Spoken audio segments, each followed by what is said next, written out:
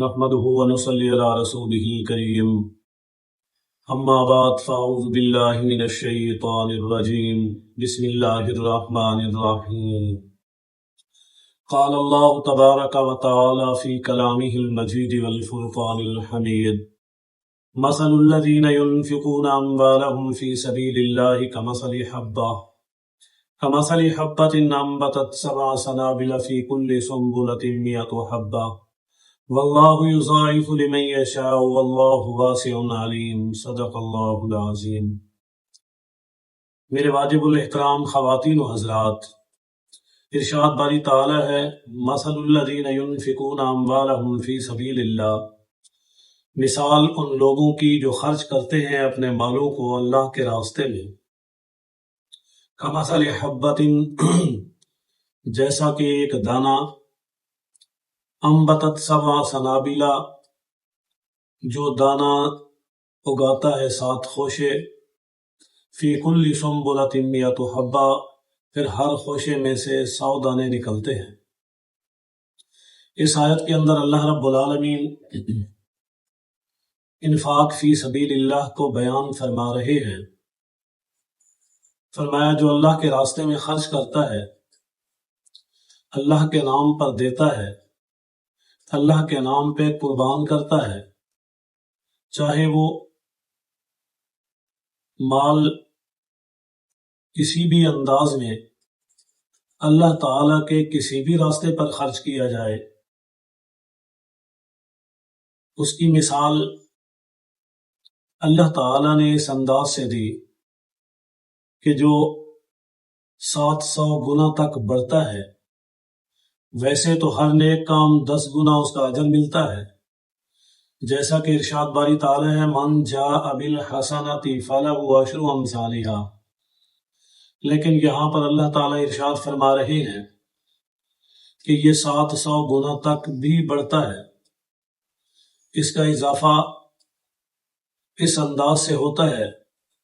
جیسا کہ ہم ایک گندم، مکائی، کوئی بھی ایسی چیز کہ جو آگے بڑھنے والی ہے اسے ہم اگاتے ہیں،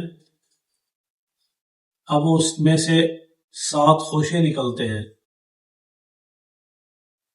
پھر ہر خوشے میں سے 100 دانے نکلتے ہیں، بعض دفعہ اس سے بھی زیادہ نکلتے ہیں۔ پہاڑی علاقوں میں تو ان کی تعداد 700 سے بھی ڈبل ہو جاتی ہے۔ اب راہ فی سبیل اللہ سے مراد کیا ہے؟ یاد رکھیں، سب سے پہلی چیز راہ فی سبیل اللہ میں علم دین آتا ہے، اللہ کا دین، اعلاء کلمۃ اللہ، اللہ کے نام کو بلند کرنے والے لوگ، چاہے وہ علم سیکھنے والے ہوں،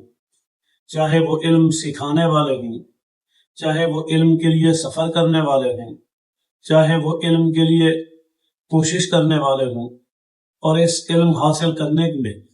جس انداز میں بھی جو بھی چیز وہ خرچ کرے،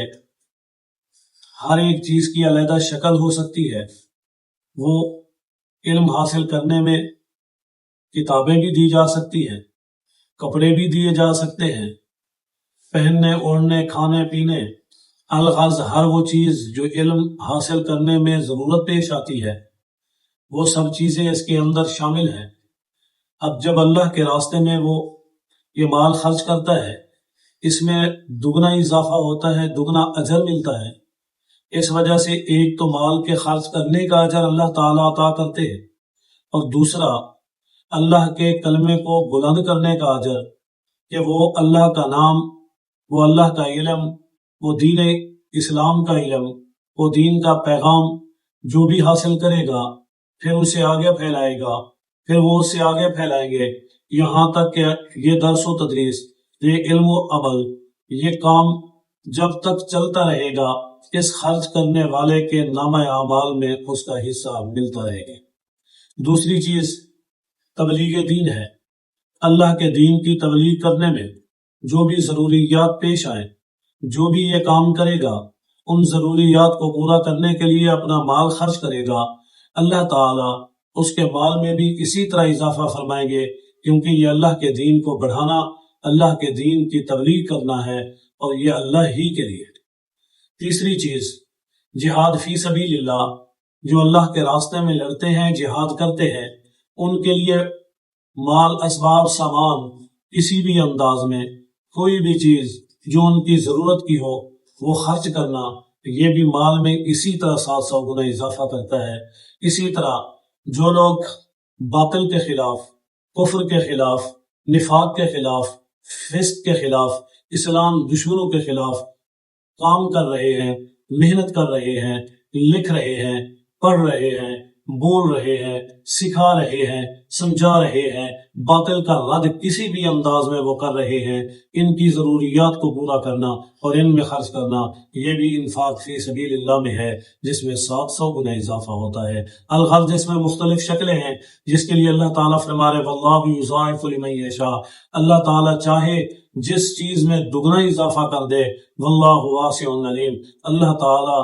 وسعت والے ہیں اور علم والے ہیں، اللہ تعالیٰ ہر چیز کو جاننے والے ہیں اور اس کے مطابق فیصلے کرنے۔